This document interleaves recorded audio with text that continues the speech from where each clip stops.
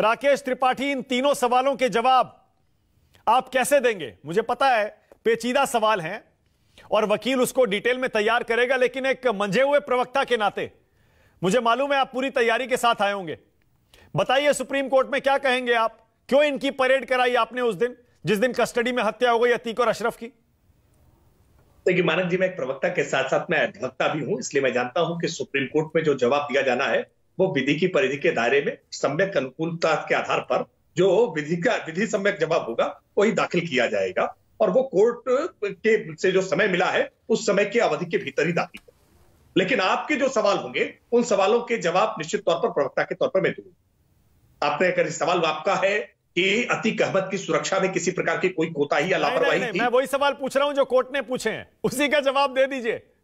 प्रवक्ता भी है, प्रवक्ता के नाते दे दीजिए, वकील अपना जवाब बाद में दाखिल कर देंगे। क्यों परेड कराई गई बताइए?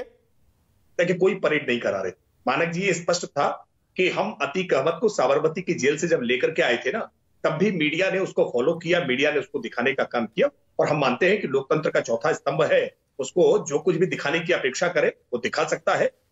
ये बात इसको लेकर के जरूर डिबेट हो सकती है कि क्या मीडिया इसका लाइव प्रसारण करे या ना करे, इसको लेकर के हम अपेक्षा करते हैं कि मीडिया स्वतः नियमन करने का काम करेगा। हमने कोई परेड नहीं कराई, जो आवश्यकताएं होती है, चूंकि उसकी निशानदेही पर बहुत सारी बरामदगियां होनी थी, वो एक गंभीर अपराध में वांछित है, आरोपी है, हत्या जैसे अपराध में वांछित आरोपी है, इसलिए असलहों की बरामदगी और तमाम पूछताछ के लिए आवश्यक था, इसलिए पुलिस रिमांड में था। पुलिस रिमांड में जो प्रोटोकॉल्स का पालन किया जाना चाहिए वो सारे प्रोटोकॉल्स का पालन कराया जा रहा था और शाम को मेडिकल रिपोर्ट कराई जाती है, कभी भी दाखिल करने से पहले मेडिकल रिपोर्ट कराई जाती है और मेडिकल रिपोर्ट कराने के लिए ही पुलिस लेकर के अस्पताल पहुंची थी, जहां आकस्मिक अचानक ये हमला। सीधे अस्पताल क्यों नहीं ले गई? सुप्रीम कोर्ट का यही सवाल है।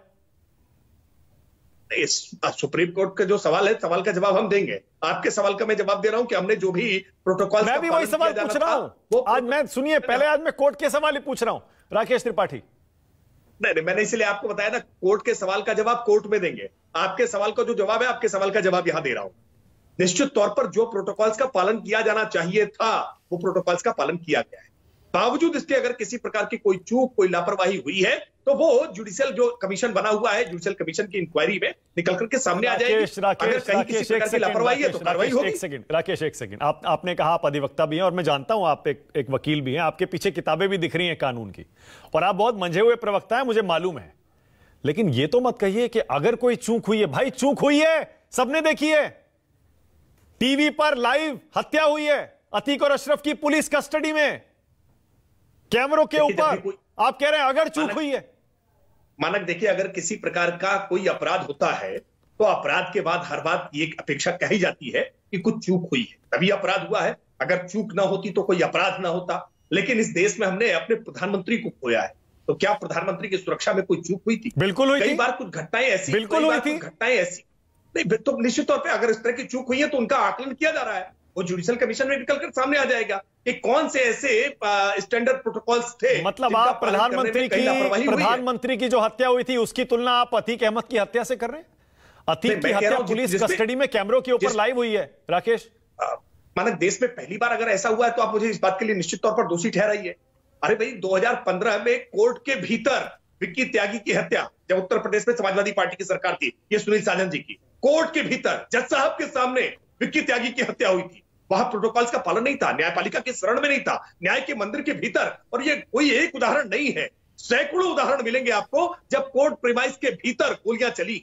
निश्चित तौर पर ये चूक होती है, लापरवाही होती है, अपराध है, इसके आधार पर दूसरे अपराध को जस्टिफाई नहीं किया जा सकता है। हम कह रहे हैं कि अतीक अहमद की जिस तरह से हत्या हुई वो हत्या चौंकाने वाली है, वो हत्या नहीं होनी चाहिए। हत्या बचाने के लिए और अगर कोई एफर्ट किए जाने चाहिए थे तो निश्चित तौर पर वो करना चाहिए था। लेकिन फिर भी एक दुस्साहसिक वारदात आकस्मिक हुई है। प्रथम दृष्टया लगता है कि आकस्मिक हुई एक वारदात है। कौन है राकेश? ये पुलिस ने संयम का परिचय दिया। भाई सुनिए, देखिए आपको भी पता है, आप पर आरोप ये लग रहे हैं कि ये आप ही की तरफ के लोग हैं। आप ही की तरफ से मेरा मतलब जय श्री राम का नारा लगाने वाले ये लोग थे। कुछ हिंदू संगठनों से इनका ताल्लुक हो सकता है, हालांकि पेशेवर अपराधी थे। पेशेवर इसलिए कह रहा हूं क्योंकि इनका क्रिमिनल रिकॉर्ड भी है। इस पर क्या जवाब देंगे आप? चूक तो हुई है लेकिन इसके पीछे साजिश का भी आरोप लग रहा है। मैं स्पष्ट तौर पर खारिज कर रहा हूं, ऐसा कोई भी व्यक्ति जो हत्या जैसा जघन्य अपराध करने का काम करता हो, वो हत्या किसी अपराधी की ही क्यों ना हो, विधि सम्यक तरीके से भारत के भीतर एक संविधान है और संविधान में हमने कसाब को भी पकड़ा था तो विधि सम्मत तरीके से उसको फांसी लटकाने का राकेश, आप किसी भी अपराधी को विधि सम्मत तरीके से उसका न्याय होना चाहिए। यूपी मॉडल को लेकर सुनिए, मुख्यमंत्री यूपी मॉडल को लेकर कर्नाटक भी जाते हैं, पूरे देश में जाते हैं, कहते हैं यूपी में सब चंगा, कोई दंगा नहीं हुआ। लेकिन सुप्रीम कोर्ट खुद कह रहा है भाई विकास दुबे के एनकाउंटर के बाद जो कमेटी बनाई थी उसका क्या हुआ? उसके बाद उमेश पाल की हत्या हो जाती है दिन दहाड़े पुलिस प्रोटेक्शन में, और उसके बाद अतीक अशरफ की हत्या हो जाती है पुलिस कस्टडी में कैमरों पर, और आप कह रहे हैं यूपी में नो दंगा सब चंगा।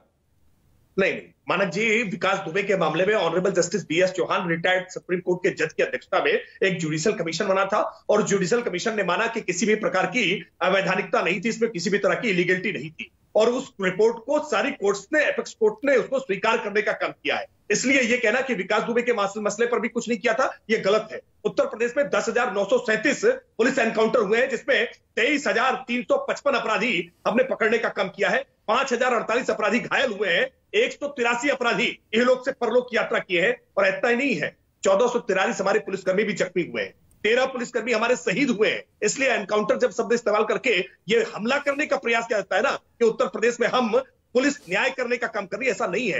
ये 13 पुलिसकर्मी शहीद हुए हैं। अब अखिलेश और ओवैसी दोनों कह रहे हैं कि आप तमंचे के दम पर सरकार चला रहे हैं उत्तर प्रदेश में, बंदूक के दम पर। आपसे कुछ भी कहो आप तमंचा निकाल लेते हैं। देखिए बंदूक और जो लाइसेंसी असलहा है ना, वो विधिक सम्यक तरीके से कुछ लोगों को रखने का अधिकार होता है। आर्म्ड फोर्सेस को होता है, पैरामिलिट्री फोर्सेस को होता है, पुलिस को होता है, और जिनको लाइसेंस मिलता है उनको होता है। लेकिन कैसे अवैधानिक फैक्ट्रियां उत्तर प्रदेश में चल रही थी, कट्टे का बिजनेस कैसे उत्तर प्रदेश में चल रहा था, जैसा मिर्जापुर फिल्म में दिखाया है कि कैसे कट्टे का व्यापार चल रहा था उत्तर प्रदेश में, यह हमने बंद करने का काम किया है। इनके ठिकानों पर हमने रेड करके उसको पूरी तरह से नेस्तनाबूद करने का काम किया, और ये जो संगठित अपराध उत्तर प्रदेश में था ना, इसकी कमर तोड़ने का हमने काम किया है। ओके, एआईएमआईएम को, समाजवादी पार्टी को। All right.